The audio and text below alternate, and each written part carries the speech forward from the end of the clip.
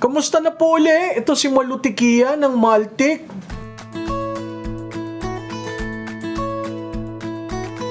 Kayo ba'y galit? Parating tanong, galit ka ba? Galit ka ba? Nanay, galit ka? Yung mga on the street interviews na nangyayari, man on the street interviews, ang parating tanong, galit ka na ba? Madali ho ba magalit ang Pilipino? O hindi? Pero sukdulan itong ating nakita, no, dito sa makabagbag damdaming flood control projects, sino ho ba ang una nagsalita na natapos na natin ang 5,500 flood control projects noong 2024, no? Tapos dumating si Karina, yung bagyo, pinak-check ho siya, nagkagulo-gulo, at ngayon ito na po tayo. Gusto nating malaman, sino ba ang mastermind? Alam na ho natin, ako, wag na tayong magbolahan, wag ka nang magpabudol. Alam natin kung sino. Ang gusto lang natin, makukulong ba? Ang gusto lang natin, makita yung ebidensya. Ano ba talaga yung evidence? Ayaw nga hong ipigay. Ako, parati kong sinasabi, paper trail. So kung titingnan natin, galit ba ang Pilipino dito sa nangyari?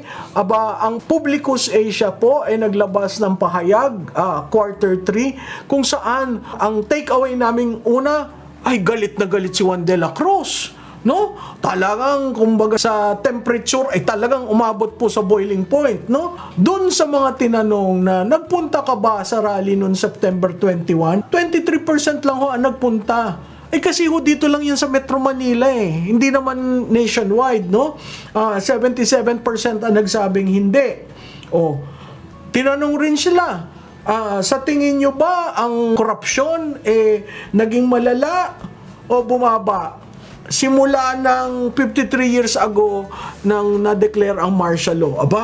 Ang sabi po, 81% ang corruption worst, no, than before. Tapos tinanong rin po sila dun sa 1 trillion na re-align sa budget ng 2023 to 2025 at pinirmahan. Wag natin kalimutan parati natin kinakalimutan, ang pumipirma ng budget ang presidente, hindi ho nagiging Republic Act kung hindi pirmado ng presidente. At tinanong sila, anong opinion mo ang who is responsible for the realignment of the budget? Si Presidente at 24%, si Kongreso at 11%, both the President and Congress, 49%. Alam po ng Pilipino kung sino dapat singilin. Kaya Mr. President, at saka dun sa official barker, huwag na kayong linilihis pa. Puntuhin na natin ang tayo matapos dito at makabalik na tayo sa productive activity ng bawat Pilipino. Kasi hanggat hindi yun nasasagot, wala akong public trust. At bakit na kami magbabayad ng tax? Diba? Kung yan lahat ng mga kontratista na dineclare nyong 13, 14, hindi pala nagbabayad ng tax. Tapos kayo, BIR, issue ng LOA sa mga ordinaryong citizen, yung mga dambuhalang kontratista at ang mga dambuhalang politikong kumita sa kontrata, nagbabayad ba ng tamang tax? Question mark. So, galit ba ang Pilipino? Tinanong sila, sino ang magiging accountable sa problema, sa alleged anomalies sa government flood control projects? Ang sabi nila, 49%. Both Congress and the contractors should be held accountable. 49%, the President together with Congress and contractors should be held accountable. Nung una po, Congress and the contractors. Okay? Yung pangalawang option, President, Congress, and the contractors, 42%. Alam po ng Pilipino. Kaya yung sa ICI, ayaw nyo gawing public ang inyong proceedings. Alam na po Yan po ang pahayag ng bawat Pilipino. Alam na namin. Ang hinihintay lang namin yung ebidensya. At hinihintay po namin yung paano ba ginawa. Sino ba ang nag-mastermind? Ito ba'y umabot sa isang branch o dito lang sa isang branch, no? Tapos po, may suggestion pa sila. Tinanong sila, kung i-reallocate mo yung pondo na kukunin na yun sa DPWH, tigilan na yan sa flood control. At saludo naman ako kay Presidente, sinabi niya, zero daw, no? Zero. Pero tingnan ho natin, sa NEP nyo, meron kayong leadership fund na nakakasana kung kanino pupunta. Mahirap naman po yun, sir, no? Pero, tinanong sa tao, saan nyo gustong ilagay yung marirealize na realignment sa DPWH?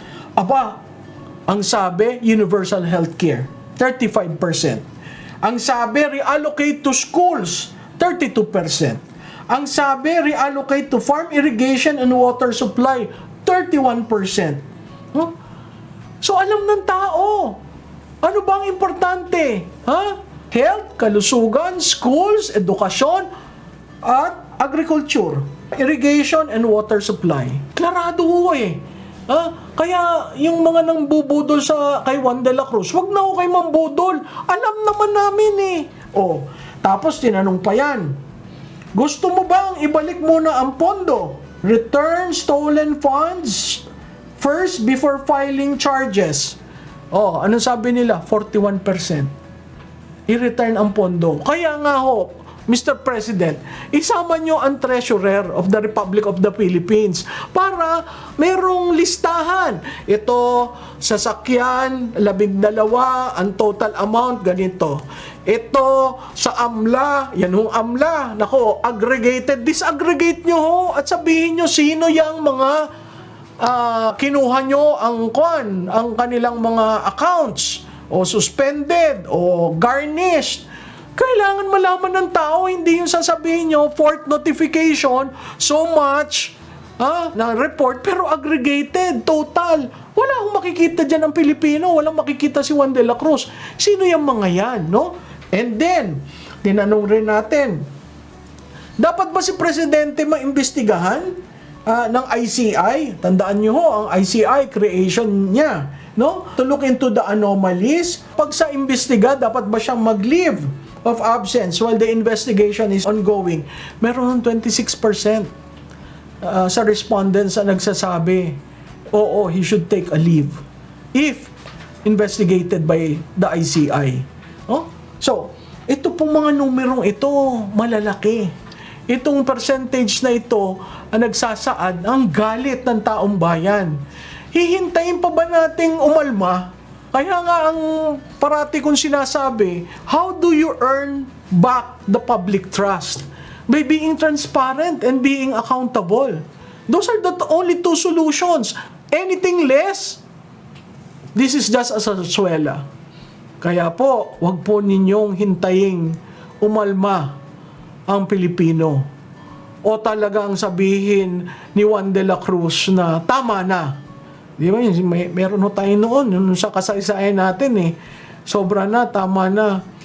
Ayoko naman hong sabihin yung pangatlo at mahirap naman yan. At alam ko naman ang Estado talagang tumitingin sa mga kritiko ng administrasyon. So, ang akin lamang po, wag natin pagalitin si Juan de la Cruz. Simple lamang ho na andyan ang paper trail, pwede nyong ilabas. Bakit hindi linalabas? Naandyan ang paper trail, pwede nyong aminin, may leadership fund. Bakit hindi linalabas? Naandyan ang paper trail for later release, bakit na-release yung iba? Bakit yung iba hindi? Bakit continuing releases pa under the 2025 budget, no? At siguro ang huli kong sasabihin sa Supreme Court, alam po nyo, ginagalang namin kayo, pero mga sirs, mga ma'am, baka naman ho pwedeng aksyonan nyo na. Ilan na ho ang linapit sa inyo dyan sa GAA 2025? Kung na-aksyonan nyo yan, guide ho yan sa pagdideliberate sa 2026 budget. Lahat nangangapa. Kung dineclare na unconstitutional, talagang magkakaroon ng remedial legislation. Bakit hindi ho nyo sinasagot yung dinulog sa inyo ng taong bayan? Meron rin dyan dinulog yung tungkol sa habeas corpus ni Presidente Duterte. Meron rin hong seeking a reconsideration of the decision on the impeachment. Matagal ho, talagang nagkakagulo. Kayo ho, ang Suprema, ang Korte Suprema, ang makakakalma ng taong bayan. kung hindi ho tayo maglalabas dahil ang bulong-bulungan, nabigyan kayo ng judicial fiscal autonomy, wag naman mga sir, mga ma'am.